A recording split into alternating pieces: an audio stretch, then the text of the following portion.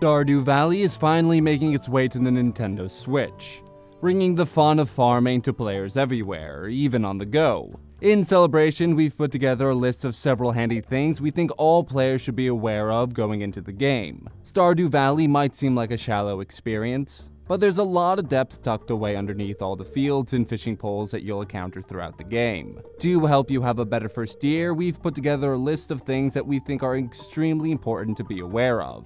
It can be tempting to cut down every tree on your farm when you're trying to clear things out, but you should really avoid doing this for multiple reasons. First off, tree toppers are something you'll want to invest in at some point, and they can produce all kinds of different goods. Sure, you can replant later on, but it takes a bit for trees to grow up. Not to mention, trees are the best source of wood available in the game, and chopping them all down early on and then selling off the wood is just going to make it harder to build things down the road. Whenever you cut down a tree and completely dig it up, you often get seeds. While it may be tempting to sell these off, you should always hold on to them for planting new trees later on, and even for crafting field snacks, which are great food items for restoring your energy. Watering your plants within the first year isn't that hard, and you should hold off on crafting sprinklers in order to maximize the use of your resources. Sprinklers are extremely expensive to craft. They cost iron and gold, so hold off until later on in the game. It's important to constantly check the forecast each night, so that you can be prepared for things you'll encounter the next day. You should always keep track of good and bad days, and refrain from doing things like mining on a bad luck day. You'll find no items to sell or any ore that you want to find. Instead, wait until you have a good luck day and then go from there.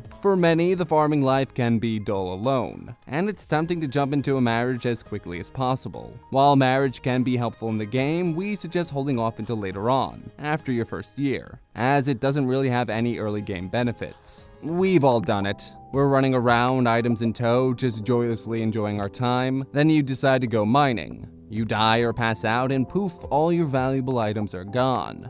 Don't fall into the same trap. Instead, be sure to store your precious items in a chest before going mining. Trust us, you'll be happy you did, especially if you take a little nap inside the mine. Sometimes you may forget to put up a tool when you're just walking around and talking to people. Always try to store tools and keep items like the sword or scythe out instead. These things don't use energy, and walking around with a tool may cause you to make a mistake and ending up wasting energy you need later on. This one might not make much sense now, but just trust us. It will all make sense when you're playing the game. Wait until winter or when you reach a rainy or overcast day to upgrade your watering can.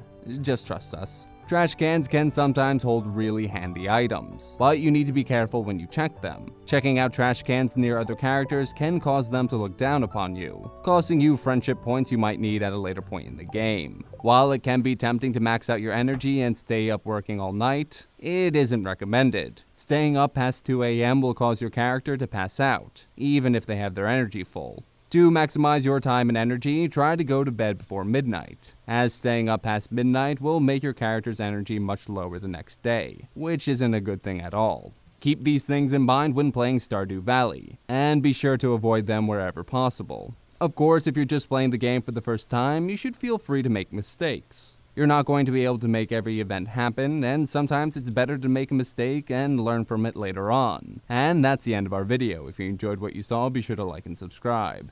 Check back every weekday for another Prima 365. And for more content like this, be sure to head over to primagames.com.